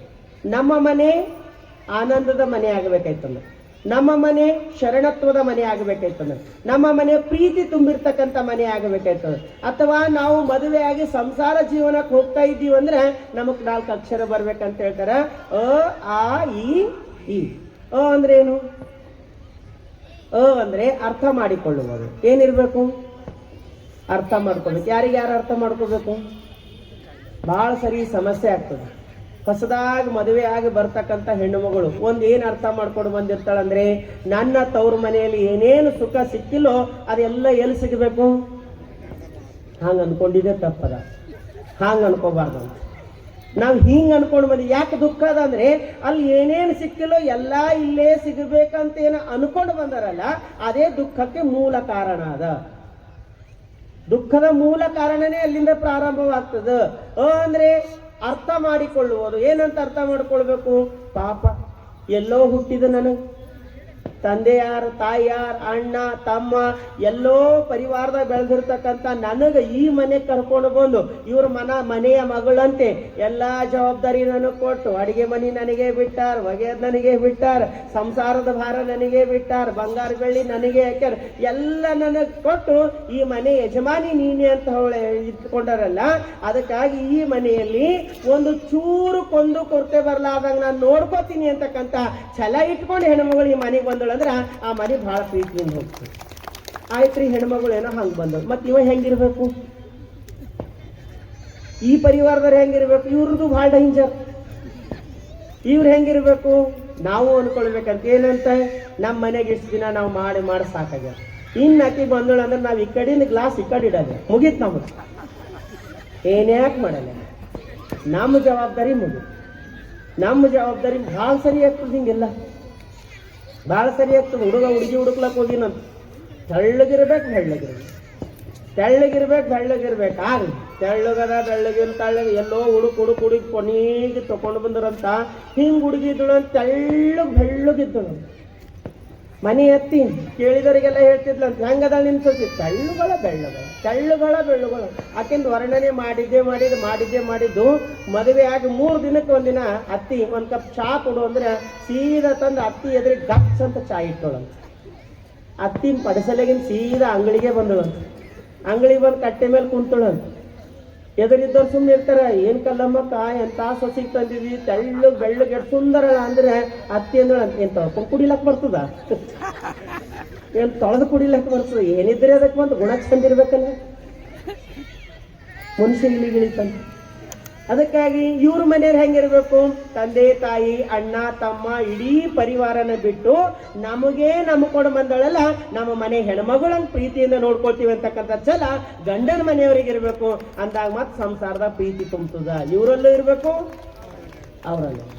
ಬರೀ ಒಂದೇ ಕಡೆ ಇರಬಾರ್ದು, 2 ಕಡೆ ಇರ್ಬೇಕು. ಅದಕ್ಕೆ ಹೇಳ್ತಾರ ಅಂದ್ರೆ ಅರ್ಥ ಮಾಡಿಕೊಳ್ಳುವುದು. ಇನ್ 2ನೇ ಮಾತು ಹೇಳ್ತಾರ, ಅಂದ್ರೆ ಅಹಂಕಾರ ಇಲ್ಲದಿರುವುದು ಅಂತ ಹೇಳ್ತಾರೆ. ಬೀದರ್ನಾಗ ಒಂದು ಎಂಗೇಜ್ಮೆಂಟ್ ಆಗಿತ್ತು. ಸುಮ್ಮನೆ ನಿಮಗೆ ತಮಾಷೆ ಹೇಳತ್ತಿಲ್ಲ, ಭಾಳ ದುರ್ದೈವ ಅದ ಇವತ್ತಿನ ಒಳಗೆ. ನಾರ ನೆಂಟಸ್ತಾನೆ ಯಾವ್ದಾರು ಹುಡುಗಿ ಇದ್ರು ನೋಡ್ರಿ ಅಂದ್ರೆ ನಮ್ಗೆ ಗೊತ್ತಿಲ್ಲ ಅಂತ ಹೇಳತ್ತೀನಿ. ಏನು ಭರೋಸೆ ಮಾಡ್ಲಕ್ಕಾಗ್ತದೆ? ಫಸ್ಟ್ ಮದುವೆ ಎಂಗೇಜ್ಮೆಂಟ್ ಆಯ್ತು, ಮದುವೆ ಆಗಿದ ಮೊದಲನೇ ದಿನ ರಾತ್ರಿ ಹೆಂಡತಿ ಗಂಡ ಕೂಡಿಸ್ಕೊಂಡು ಹೇಳೋಣ ಅಂತ, ನೋಡು ನಿಂದು ಎಂ.ಟೆಕ್ ಅದ, ನಂದು ಎಂ.ಟೆಕ್ ಅದ. ನೀನು ಜಾಬ್ ಮಾಡತ್ತೀವಿ, ನಾನು ಜಾಬ್ ಮಾಡತ್ತೀನಿ. ನೀನು ನನಗೆ ರೀ ಅನ್ನಬೇಕು, ನಾನು ನಿಂಗೆ ರೀ ಅಂತೀನಿ. ನೀ ನನಗೆ ಹೋಗೇ ಬಾನಿ ಅಂದ್ರೆ ನಾನು ನಿನಗೆ ಹೋಗೋ ಬಾನಿ ಅಂತ ನೋಡ್ತೀನಿ. ಮನ ಅನ್ನ ಮಾಡ್ರು ನೀ ಸಾಂಬಾರು ಮಾಡ್ಬೇಕು, ನಾ ಕಸ ಗುಡ್ಸೂರು ನೀನು ಎಲ್ಲ ಒರೆಸ್ಬೇಕು, ನಾ ಭಾಂಡೆ ತಿಕ್ಕೂರು ನೀ ತೊಳಿಬೇಕು. ಇಬ್ರು ಸೇಮ್. ನಾವೊಮ್ಮೆ ನೀರು ಕೊಟ್ಟಂದ್ರೆ ನೀವೊಮ್ಮೆ ನೀರು ಕೊಡ್ಬೇಕು. ನೀ ಏನಾರ ಯಜಮಾನ ಇದ್ದೆ, ನಾ ಹೇಳಿದ್ ಕೇಳು, ನೀರು ಕೊಡು, ಹಂಗ ಹಿಂಗ ನಿಂದು ಏನಾರ ನನ್ನ ಮೇಲೆ ಅದ ಅಂತಂದ್ರು ಇವತ್ತೇ ಡಿಸೈಡ್ ಮಾಡ್ಕೊಳ್ಳೋಣ. ನಾನು ಎಲ್ಲ ಕಂಡೀಷನ್ ಓಕೆ ಅಂದ್ರೆ ಓಕೆ, ಇಲ್ಲಂದ್ರೆ ಇವತ್ತು ಕ್ಯಾನ್ಸಲ್. ನಮ್ಮ ಮದುವೆ ಅಂದ್ರೆ ನನ್ನ ಮದುವೆ ಆಗಿದ್ದಿ ನಾನು ನಿಮಗೆ ಕತೆ ಹೇಳ್ತಲ್ಲ, ಅದು ಕ್ಯಾನ್ಸಲೇ ಆಗೋಯ್ತು ಮದುವೆನೇ. ಬ್ಯಾಡ ಆಕೆ ಅಂದ್ರು ನಿನ್ನಂತ ವೇಸ್ ಮಂದಿ ಸಿಗಲ್ಲ, ಬೇಕಾದಷ್ಟು ಲೈನಿಗೆ ಅದರ ಇವತ್ತ ನಾಳ. ಎಲ್ಲಿ ಅಹಂಕಾರ ಬರ್ತಾ ಇದೆ? ಯಾಕೆ ಮಾತಾಡ್ತೀನಿ ಅಂದ್ರೆ, ಇದು ಎಲ್ಲಿ ಪ್ರೇಮ ಇರಲ್ಲ, ಎಲ್ಲಿ ಪ್ರೀತಿ ಇರಲ್ಲ, ಮನುಷ್ಯ ಅಹಂಕಾರ ಮನೆ ಮಾಡ್ತದ. ಸಮರ್ಪಣೆ ಇರಲಿ. ಮನುಷ್ಯ ನಮ್ಮ ಮನೆಯವ್ರು ಬಹಳ ಕಷ್ಟಪಡ್ಲತ್ತಾರಂದ್ರ ನಮಗ್ ಅರಿವಿಲ್ದೇನೆ ಹೋಗಲು ಸೇವೆಗೆ ನಿಂತಿರ್ತೀವಿ, ನಮಗ್ ಅರಿವಿಲ್ದೇನೆ ಅಲ್ಲಿ ಪ್ರೇಮ ತುಂಬಿ ಇಬ್ರು ಮಾಡ್ತಿರ್ತೀವಿ. ಆದ್ರೆ ಅಹಂಕಾರ ತಲೆಯಾಗ ಬಂತಂದ್ರೆ ಅಭಿಮಾನ ಕಾಡ್ಲಿಕ್ಕೆ ಚಾಲೂ ಮಾಡ್ತಂದ್ರೆ ಮನೆಗಳೇ ಒಡೆದು ಹೋಗ್ತವ. ಅದಕ್ಕಾಗಿ ಇವತ್ತಿನ ವಿದ್ಯಾಭ್ಯಾಸ ಏನಂತೀವಿ, ಅದು ಸಮರ್ಪಣೆಗೆ ಹೋಯ್ತಾ ಇಲ್ಲ, ಅದು ಅಹಂಕಾರಕ್ಕೆ ಹೋಯ್ತಾ ಇದೆ. ಅದಕ್ಕಾಗಿ ವಿದ್ಯೆಯೇ ವಿನಯತೆಯ ಭೂಷಣ. ನಮ್ಮ ವಿದ್ಯೆ ವಿನಯತೆದಾಗ ಬಂದಾಗ ಮಾತ್ರ ಅದಕ್ಕೆ ಭೂಷಣವಾಗ್ತದ. ಅಹಂಕಾರಕ್ಕೆ ಬಂದ್ರೆ ಭೂಷಣ ಆಗಲ್ಲ. ಅದಕ್ಕೆ ಅಂದ್ರೆ ಅನುಮಾನ ಇರಬಾರ್ದು, ಅಂದ್ರೆ ಅಹಂಕಾರ ಇರಬಾರ್ದು, ಅಂದ್ರೆ ಅರ್ಥ ಮಾಡಿಕೊಳ್ಳುವುದು ಇರಬೇಕು. ಪರಸ್ಪರ ಅರ್ಥ ಮಾಡ್ಕೊಳ್ಬೇಕು. ಅದು ಅಂತ ಹೇಳ್ತಾರ. ಅಂದ್ರೆ ಆಸೆ ಇಲ್ಲದಿರಬಹುದು. ಇವತ್ತೆಲ್ಲ ಭ್ರಷ್ಟಾಚಾರಗಳಿಗೆ ಮೂಲ ಏನದ ಅಂದ್ರೆ ಇನ್ನ ಬೇಕು ಅಂತಕ್ಕಂಥ ಹಪಾಪಿತನ.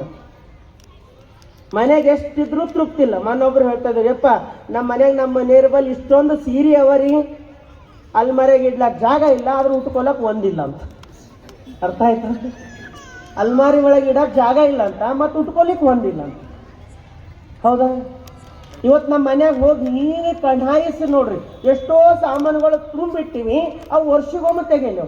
ಯಾರ ಬಂದ್ರಾಯ್ತಾವ, ಯಾರು ಬರಲ್ಲ. ಯಾರ್ದವ್ರು ಬ್ಯುಸಿ ಆಗಿಬಿಟ್ಟಾರೆ. ಯಾರ ಮನೆಗೆ ಬಂದು ಯಾರು 1 ವಾರ ಇರೋರದಾರ? ಸುಮ್ಮನೆ ತಂದು ಇಡ್ತಾ ಇದ್ದೀವಿ.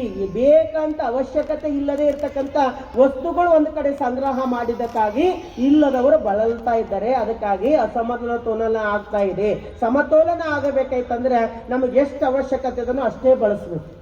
ಸಾಕ್ರಟಿಸ್ ಅಥೆನ್ಸ್ ಪಟ್ಟಣದಲ್ಲಿ ಒಬ್ಬ ದೊಡ್ಡ ತತ್ವಜ್ಞಾನಿ.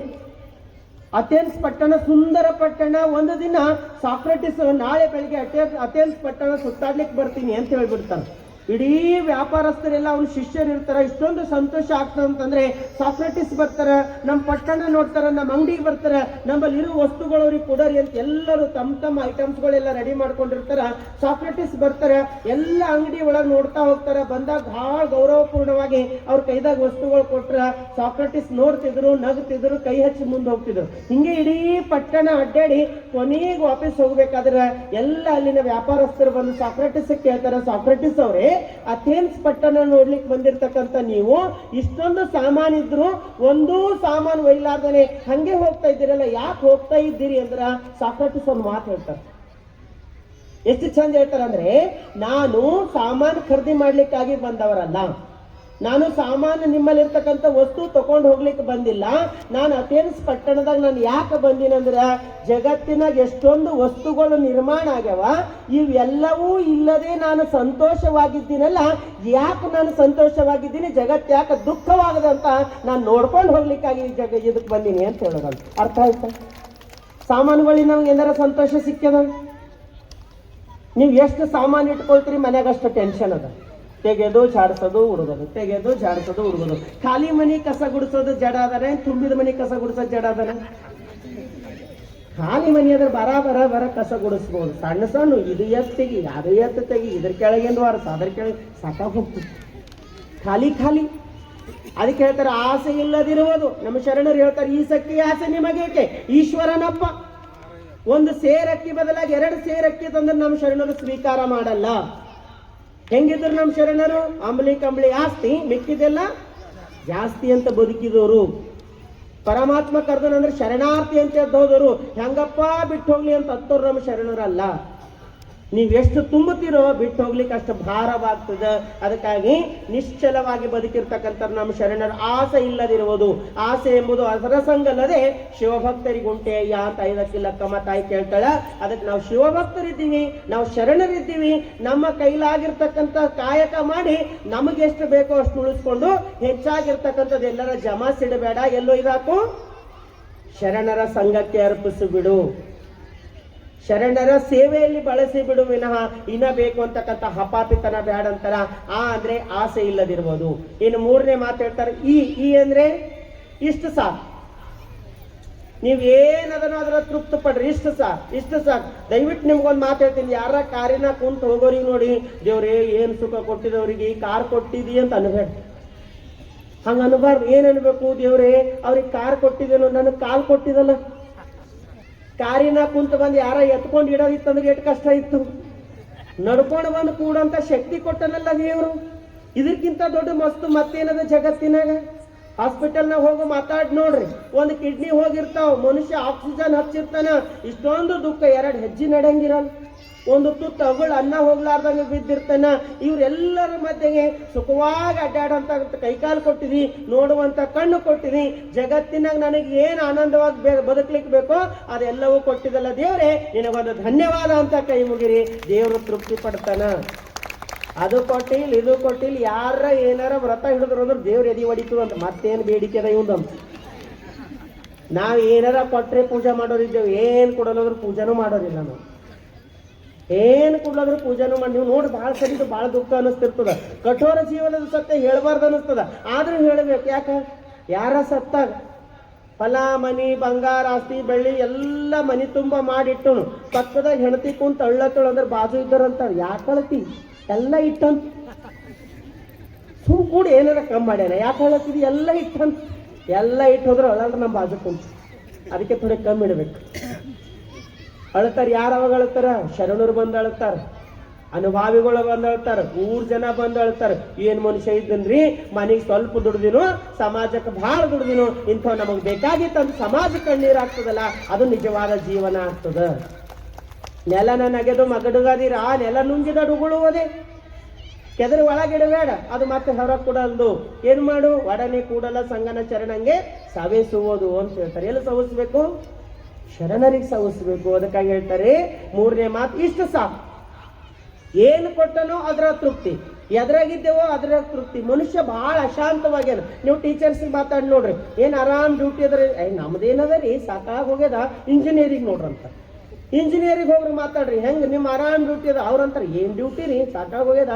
ಡಾಕ್ಟರ್ದ ಭಾಳ ಚಂದದ, ಡಾಕ್ಟರ್ಗೆ ಹೋಗಿ ಮಾತಾಡಿ ನೋಡ್ರಿ. ಈ ಜೀವನದಾಗ ಯಾರಿಗೆ ಮಾತಾಡಕ್ ಹೋದ್ರು ಎಲ್ಲರದ್ರ ದುಃಖಿಗಳೇ ಇದಾರೆ. ಆದ್ರೆ ನಮ್ಮ ಶರಣರು ಏನ್ ಹೇಳ್ಯಾರ? ಕಾಯಕವೇ ಕೈಲಾಸ. ಕೈಲಾಸ ಅಂದ್ರೆ ಮತ್ತೇನಲ್ಲ, ಸತ್ತಾಗ ಸಿಗೋದಲ್ಲ. ಯಾವ ಕಾಯಕ ಮಾಡ್ತಿದ್ರ ತೃಪ್ತಿಲಿಂದಿರೋದು. ಸಣ್ಣದನೋ ದೊಡ್ಡದನೋ ಪ್ರಾಮಾಣಿಕ ಒಬ್ಬ ಅಟೆಂಡರ್ ಇದ್ರು ಕೂಡ ಅವ ಪ್ರಾಮಾಣಿಕವಾಗಿ ಬದುಕ್ರ ಒಬ್ಬ DC ಕೂಡ ಅವನಿಗೆ ಹೆದರ್ತಾನೆ. ಯಾಕಂದ್ರೆ ಅವನಲ್ಲಿ ಪ್ರಾಮಾಣಿಕತೆ ಅದ ಅಂತ. ಪ್ರಾಮಾಣಿಕತೆ ಇತ್ತಂದ್ರೆ ಮನುಷ್ಯ ಎಲ್ಲರೂ ಸ್ವೀಕಾರ ಮಾಡ್ತಾರ. ಪ್ರಾಮಾಣಿಕರಿದ್ದೇವೆ ಅಂತಂದ್ರ ನಮಗೆ ಭಯ ಇರ್ತದ. ಅದಕ್ಕೆ ಈ ಅಂದ್ರೆ ಇಷ್ಟ ಸಾಕು. ಏನು ಕೊಟ್ಟನೋ ಅದರ ತೃಪ್ತಿಯಾಗಿ ಬದುಕೋದಲ್ಲ, ಅದು ಬಹಳ ದೊಡ್ಡದು. ಇನ್ನೊಂದು ಮಾತು ಹೇಳ್ತಾರೆ, ಈ ಅಂತ ಹೇಳ್ತಾರೆ. ಈ ಅಂದ್ರೆ ಈಶ್ವರ ಪ್ರಣಿಧಾನ. ಮದುವೆಯಾಗಿವಿ, ಬ್ಯಾಂಕ್ ಬ್ಯಾಲೆನ್ಸ್ ಇಟ್ಟಿವಿ, LIC ಮಾಡಿಸಿವಿ, ಪ್ಲಾಟ್ ಖರೀದಿ ಮಾಡಿವಿ, ಮನಿ ಕಟ್ಟಿವಿ, ಇವ್ಯಾವು ದೊಡ್ಡದಲ್ಲ. ನಿಜವಾದ ಯಾವ್ದಂತಂದ್ರೆ ಲಿಂಗ ಹಾಕೊಂಡಿವಿ, ಪೂಜಾ ಮಾಡ್ಕೊಂಡಿವಿ, ಶರಣರ ಸಂಘದಾಗಿದ್ದೀವಿ, ವಚನ ಪಠಣ ಮಾಡಿವಿ, ಇದೇ ನಮ್ಮ ನಿಜವಾದ ಜೀವನವಾಗ್ತದ. ಅದಕ್ಕೆ ಈಶ್ವರ ಪ್ರಣಿಧಾನ ಅಂದ್ರೆ ಪರಮಾತ್ಮನ ನೆನೆಸುವುದು ಅಂತ ಹೇಳ್ತಾರ. ಅದಕ್ಕೆ ಸಂಸಾರದಲ್ಲಿ ನಿಜವಾದ ಸುಖ ಅಂತಂದ್ರೆ ಸಂಪತ್ತಿನಿಂದಿಲ್ಲ, ನಿಜವಾದ ಸುಖ ಅಂದ್ರೆ ಸಮರ್ಪಣೆಯಿಂದದ. ಆ ಸಮರ್ಪಣೆ ನಮ್ಮಲ್ಲಿ ಬರ್ತದ, ಛಲ ನಮ್ಮಲ್ಲಿ ಬರ್ತದ. ಯಾವಾಗ ಛಲ ನಮ್ಮಲ್ಲಿ ಬರ್ತದೋ ಅವಾಗ ಪರಮಾತ್ಮ ನಮಗೆ ಸ್ವೀಕಾರ ಮಾಡ್ತಾನ. ಅದಕ್ಕಾಗಿ ಹೇಳ್ತಾ ಇದ್ದಾರೆ, ಆಣೆ ನಿಮ್ಮ ಆಣೆ ಛಲವ ನಿಳಿಯದ ಭಾಷೆ. ಯಾವ ಪ್ರತಿಜ್ಞೆ ಕೈಗೊಂಡಿದೆವೋ ಅದರ ಕಿಂಚಿತ್ ಕೂಡ ಇಳಿಯಲ್ಲ ಅಂತಕ್ಕಂಥ ಪ್ರತಿಜ್ಞೆಯನ್ನ ಇಲ್ಲಿ ಗುರು ಬಸವಣ್ಣವ್ರು ಮಾಡ್ತಾ ಇದ್ದಾರೆ. ಅದಕ್ಕೆ ನಮ್ಮ ಜೀವನದಾಗೂ ಕೂಡ ಇವತ್ತಿನವರೆಗೂ ಏನು ಮಾಡಿದೆವೋ ಗೊತ್ತಿಲ್ಲ, ಇವತ್ತೇ ಹೊಸದಾಗಿ ಹುಟ್ಟಿದೆವು, ಇಂದಿನಿಂದ ನಾವು ಒಳ್ಳೆಯದೇ ಮಾಡ್ತೇವೆ.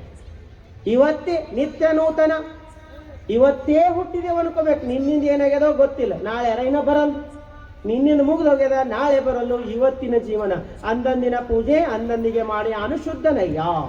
ಬಸವಣ್ಣರು ಹೇಳ್ತಾರೆ, ಇವತ್ತಿಂದ ಇವತ್ತು ಮಾಡಿ ಇವತ್ತೇ ಶುದ್ಧವಾಗ್ತೀನಿ ಅಂತ ಹೇಳ್ತಾರೆ. ಅದಕ್ಕೆ ನಮ್ಮಲ್ಲಿ ಇವತ್ತಿನಿಂದ ಒಂದು ಛಲದ ಗುಣ ಅಳವಡಿಸ್ಕೊಳ್ಳೋಣ. ಏನ್ ಹಿಡಿದಿದ್ದೇವೋ ವ್ರತಧಾರಿಯಾಗಿ ಹಿಡಿಯೋಣ, ವ್ರತಧಾರಿಯಾಗಿ ಬದುಕೋಣ. ನಾನು ಈ ಒಂದು ಪ್ರಸಂಗದಲ್ಲಿ ಆ ಮಾತು ಹೇಳಿದ್ರು ಕೂಡ ಪಾಪ ಯಾರಿಗೋ ಒಬ್ರಿಗೆ ಒಂದು ಹೇಳಿದಂಗೆ ಆಗ್ತದ. ನಾನು ಮೊದಲನೇ ಪ್ರವಚನ ಮಾಡಬೇಕಾದಾಗ ಒಬ್ಬ ಅಕ್ಕ ಪ್ರವಚನ ಮುಗಿದ ತಕ್ಷಣ ಬಂದರು, ಅಪ್ಪಾಜಿ ಶರಣಾರ್ಥಿ ಅಂದರು. ಶರಣಾರ್ಥಿ ಅಕ್ಕ ಅಂದ ಫ್ರ್ಯಾಂಕ್ ಆಗಿ ಒಂದು ಮಾತಾಡೋದು, ಅಪ್ಪಾಜಿ ನಾವೇನು ನಿಮ್ಮ ಪ್ರವಚನ ಕೇಳಬೇಕಂತ ಗ್ರೌಂಡಿಗೆ ಬಂದಿದ್ದಿಲ್ಲ, ಸುಮ್ಮನೆ ಮನೆಗೆ ಏನೋ ಭಾಳ ಶೆಕೆ ಆಗ್ತಿತ್ತು, ಗ್ರೌಂಡಿನಾಗ ಅಡ್ಡಾಡ್ಕೊಂಡು ಹೋಗೋಣ ಅಂತ ಇಲ್ಲಿ ಬಂದಿದ್ದೆ, ಪ್ರವಚನದಾಗ ಭಾಗವಹಿಸಿದೆ, ನಿಮ್ದೊಂದು 20-25 ನಿಮಿಷ ಮಾತು ಕೇಳಿನಿ. ಇವತ್ತು ನಾನು ನಿಮಗೆ ಹೇಳ್ತೀನಿ ಅಪ್ಪಾಜಿ, ನಿಮ್ಮ ಮಾತು ನನಗೆ ಎಷ್ಟೊಂದು ಪರಿಣಾಮ ಆಗ್ಯದಂದ್ರೆ 15 ದಿನ ತಪ್ಪಲಾರ್ದಂಗೆ ಪ್ರವಚನಕ್ಕೆ ಬರ್ತೀನಿ ಅಂತ ಹೇಳಿದ್ರು ನಿಮ್ಮ ಮಧ್ಯದಾಗೆ. ಅದಾದ್ಮೇಲೆ ಮೊನ್ನೆ ಬಂದು ಹೇಳಿದ್ರು, ನೀವು ನುಡಿದಂತೆ ನಡೆಯುವ ಭಾಷೆ ಭಾಳ ಚಂದ ಹೇಳಿರಿ, ಅದಕ್ಕೆ ನಮ್ಮ ಜೀವನದಾಗ ನಡಿಲಿಕ್ಕೆ ಆಗ್ತದೋ ಇಲ್ಲೋ ಅದ್ರ ಕಿಂಚಿತ್ ತರ ನಡಿಲಿಕ್ಕೆ ಪ್ರಯತ್ನ ಮಾಡ್ತೀನಿ ಅಂತ ಹೇಳಿದ್ರು. ಹೆಮ್ಮೆ ಅನಿಸ್ತದ ಯಾರಿಗೆ? ನನಗಲ್ಲ, ನಮ್ಮಪ್ಪ ಬಸವಣ್ಣ ಇಂಥ ವಚನ ಕೊಟ್ಟು ಹೋಗ್ಯಾರ, ನಮಗೆ ಇಂಥ ತತ್ವ ಕೊಟ್ಟೋಗ್ಯಾರ. ಮೊನ್ನೆ ನಿಮಗೆ ಹೇಳಿದ್ದೆ, ನಾವು ಮಾಡ್ತಕ್ಕಂಥ ಪ್ರಸಾದದ ಒಂದು ತುಪ್ಪ ತಗೊಳು ಚೆಲ್ಲಬಾರ್ದು. ಪ್ರಸಾದ ಯಾಕಂತಂದ್ರೆ ಅದು ನಮ್ಮ ಜೀವನದ ಒಂದು ಕೋಟ ಕೊಟ್ಟಿದ್ದ ಖಾಲಿ ಆಗಬಾರ್ದು ಅಂತ ನಾವೊಂದು ಮಾತು ನಿಮಗೆ ಹೇಳಿದ್ದ.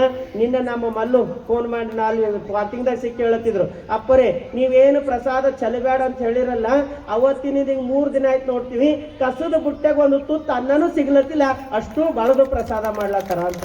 ಇದು ಅಳವಡಿಸಿಕೊಳ್ಳುವಿಕೆ, ಇದು ನಿಜವಾದ ಗಟ್ಟಿತನ. ಯಾಕಂದ್ರೆ ಮಾಡಿದವ್ರಿಗೊಂದು ಸಂಭ್ರಮ, ಕೇಳೋದೊಂದು ಸಂಭ್ರಮ, ಅದು ಜೀವನದಾಗ ಅಳವಡಿಸ್ಕೊಂಡೆ ನಮ್ಮ ಜೀವನನೇ ಶರಣತ್ವದ ಜೀವನ ಆಗ್ತದ.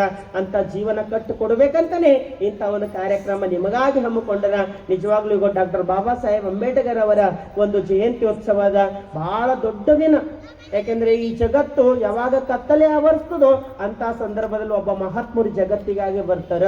ತಾನು ಬಿಸಿಲಲ್ಲಿ ನಿಂತು ಇನ್ನು ನನ್ನ ಮುಂದೆ ಬಿಸಿಲಲ್ಲಿ ನಿಂದಿರಬಾರ್ದಂತ ಸ್ವತಃ ಮನೆ ಕಟ್ಕೊಂಡು ಬದುಕ್ತಕ್ಕಂಥ ನಮ್ಗಳ ಮಧ್ಯೆ ತಾವು ಅನುಭವಿಸಿರ್ತಕ್ಕಂಥ ಕಷ್ಟ ನೋವುಗಳು ಮುಂದಿನ ಜನಾಂಗಕ್ಕೆ ಇರಬಾರ್ದು ಅಂತ ತಮ್ಮ ಜೀವನವನ್ನೇ ಗಂಧದ ಕೊರಡಿನಂತೆ ತೆಗೆದು ನಮಗಾಗಿ ಸಮಾನತೆಯ ತತ್ವವನ್ನು ಬೋಧನೆ ಮಾಡಿ ಆ ಸಮಾನತೆಯ ತತ್ವವಾಗಿರ್ತಕ್ಕಂಥ ಸಂವಿಧಾನ ಕೈಗೆ ಕೊಟ್ಟರಲ್ಲ, ಇದು ಬಹಳ ದೊಡ್ಡ ಕಾರ್ಯ. ಅಂತ ಮಹಾತ್ಮರು ನಮ್ಮ ಡಾಕ್ಟರ್ ಬಾಬಾ ಸಾಹೇಬ್ ಅಂಬೇಡ್ಕರ್ ಅಂತ ಹೇಳಿಕೆ ಸಂತೋಷವನ್ನಿಸ್ತದೆ. ಅವ್ರ ಜೀವನ ಅದು ಸಾಮಾನ್ಯ ಜೀವನ ಅಲ್ಲ, ಅದು ಕಣ್ಣೀರು ಕೋಡಿ ಹರಿತಕ್ಕಂಥ ಜೀವನ.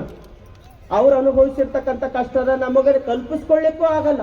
ಅಷ್ಟೊಂದು ಬೆಂಕಿಯಲ್ಲಿ ಹಾಯ್ದು ಬಂದಿರತಕ್ಕಂಥ ಜೀವನವಾಗಿದ್ದರೂ ಕೂಡ ಇವತ್ತ ಜಗತ್ತಿಗೆ ಒಂದು ವಿಶೇಷ ಸಂವಿಧಾನವನ್ನ ಕೊಡುವುದರೊಂದಿಗೆ ಅನೇಕರ ಬಾಳಿಗೆ ಬೆಳಕಾಗಿ ಎತ್ತುಕೊಂಡಿರ್ತಕ್ಕಂಥ ಜೀವನ ಅವ್ರದದ. ಅಂತ ಮಹಾತ್ಮರ ಒಂದು ಜಯಂತ್ಯೋತ್ಸವ ಇವತ್ತು ಕೊಟ್ಪಾಳ್ ನಗರದಲ್ಲಿ ಆಚರಿಸಬೇಕು ಅಂತ ವಿಶ್ವಗುರು ಬಸವೇಶ್ವರ ಟ್ರಸ್ಟ್ ಮತ್ತು ಪ್ರವಚನ ಸೇವಾ ಸಮಿತಿಯವರೆಲ್ಲ ಸೇರಿಕೊಂಡು ವಿಶೇಷ ಕಾರ್ಯಕ್ರಮ ಈ ಒಂದು ವೇದಿಕೆ ಮೇಲೆ ಮಾಡ್ಯಾರ. ಅವರಿಗೊಂದು ಜೋರಾದ ಚಪ್ಪಾಳೆ ಅಭಿನಂದನೆ ನಾವು ನೀವೆಲ್ಲ ತಿಳಿಸೋಣ ಅಂತಕ್ಕಂಥ ಮಾತನ್ನು ತಿಳಿಸ್ತಾ, ಇವತ್ತ ಅಂಬೇಡ್ಕರ್ ಜಯಂತಿ ಅದ ಅಂತಂದು ಕೇಳಿದ ತಕ್ಷಣ ನಮಗೆಲ್ಲರೂ ರೋಮಾಂಚನ ಆಯ್ತು. ಪ್ರವಚನಕ್ಕೆ ಬಂದು ಕುಂತ ತಕ್ಷಣ ಈ ಕಡೆ ನೀಲಮ್ಮನ ಬಳಗದ ಕಡೆ ನೋಡಿನಿ, ಅವಾಗ ನನಗೆ ಮತ್ತಿಷ್ಟು ರೋಮಾಂಚನ ಐತಿ. ಯಾಕೆ ಹೇಳ್ರಿ? ಅವ್ರು ಎದ್ದು ಬಂದು ವೇದಿಕೆ ಮೇಲೆ ಕುಂತಾಗ ಗೊತ್ತಾಗ್ತದೆ ಏನಂತ ಅವ್ರು ಡೈಲಿ ಒಂದೊಂದು ಕಲರ್ ಸೀರೆ ಉಟ್ಕೊಂಡು ಬರ್ತಾ ಇದ್ರು. ಇವತ್ತು ಉಟ್ಕೊಂಡು ಬಂದಾರೆ ಯಾವುದು ಅಂತಂದ್ರೆ ಅಂಬೇಡ್ಕರ್ಗೆ ಸಂತೋಷವಾಗ್ಲಿ ಅಂತ ನೀಲಿ ಕಲರ್ ಸೀರೆ ಉಟ್ಕೊಂಡು ಬಂದಾರಲ್ಲ, ಅದು ಬಹಳ ಸಮಾಧಾನ ಕೊಟ್ಟಿದ್ದು. ಒಂದು ಜೋರಾದ ಚಪ್ಪಾಳೆ ಇದೆ. ಯಾಕೆ ಈ ಮಾತು ಹೇಳ್ತಿದ್ದೀನಿ ಅಂತಂದ್ರೆ ಸುಮ್ಮನೆ ಎಲ್ಲದರ ನಾನು ಸಂಭ್ರಮ ಪಡೋದಲ್ಲ. ಇವತ್ತಿನ ಒಂದು ಸಂಭ್ರಮ ದಿನದಲ್ಲಿ ನಮ್ಮದು ಒಂದು ಸಂಭ್ರಮ ಇರಲಿ ಅಂತ ಎಲ್ಲ ನೀಲಮ್ಮನ ಬಳಗದ ತಾಯಿಯಂದಿರು ಅವ್ರು ವಿಶೇಷವಾಗಿ ಇವತ್ತಿನ ದಿನ ನೀಲಿ ಕಲರ್ ಸೀರೆ ಉಟ್ಟುಕೊಂಡು ಈ ಒಂದು ಕಾರ್ಯಕ್ರಮಕ್ಕೆ ಬಂದಿದ್ ನೋಡ್ರಿ, ಎಷ್ಟೊಂದು ಸಂಭ್ರಮ ಅವ್ರ ಒಳಗದ ಅಂತ ಗೊತ್ತಾಗ್ತದ. ಹಂಗ ಸಂತೋಷ ಪಡ್ತಕ್ಕಂಥ ಭಾವ ನಮ್ಮೆಲ್ಲರದು ಆಗ್ಲಿ ಅಂತಕ್ಕಂಥ ಮಾತನ್ನು ತಿಳಿಸ್ತಾ ಇವತ್ತು ಸ್ವಲ್ಪ ಸಮಯ ಹೆಚ್ಚಾಗಿದೆ. ನಾಳೆ ದಿನ ಸರಿಯಾದ ಸಮಯಕ್ಕೆ ಪ್ರಾರಂಭವಾಗ್ತದ. ವಿಶೇಷವಾಗಿ ಬೀದರ್ ನಗರದಿಂದ ನೀಲಮ್ಮನ ಬಳಗದ ತಾಯಿಯಂದಿರು ಒಂದು 20 ಜನ ಅಲ್ಲಿಂದ ಗಾಡಿ ಮಾಡ್ಕೊಂಡು ಇಲ್ಲಿನ ಪ್ರವಚನನೇ ನೋಡಬೇಕು ಕೇಳಬೇಕಂತ ಅವರು ಬರ್ತಾ ಇದ್ದಾರೆ. ನಾಳೆ ಅವರು ಒಂದು 5 ನಿಮಿಷ ಇಲ್ಲಿ ಎಲ್ಲರ ಎದುರಿ ಕುಂತು ಯೋಗಾಂಗ ತ್ರಿವಿಧಿ ಹಾಡೋರು ಅದಾರ. ಅವರ ಒಂದು ಆದರ್ಶ ನಮ್ಮೆಲ್ಲರಿಗೂ ನೋಡ್ಬೇಕಂತ ಬರ್ತಕ್ಕಂಥ ಬಳಗಕ್ಕೆ ನಾವು ನಾಳೆ ದಿನ ವಿಶೇಷ ಸ್ಫೂರ್ತಿಯನ್ನ ಕೊಡೋಣ ಅಂತಕ್ಕಂಥ ಮಾತನ್ನು ತಿಳಿಸ್ತಾ ಮತ್ತೊಮ್ಮೆ ತಮ್ಮೆಲ್ಲರಿಗೂ ಹೃತ್ಪೂರ್ವಕ ಶರಣಾರ್ಥಿಯನ್ನು ಸಲ್ಲಿಸಿ ನನ್ನ 2 ಮಾತಿಗೆ ಮಂಗಲವನ್ನು ಮಾಡ್ತೀನಿ. ಸರ್ವರಿಗೂ ಶರಣಾರ್ಥಿ.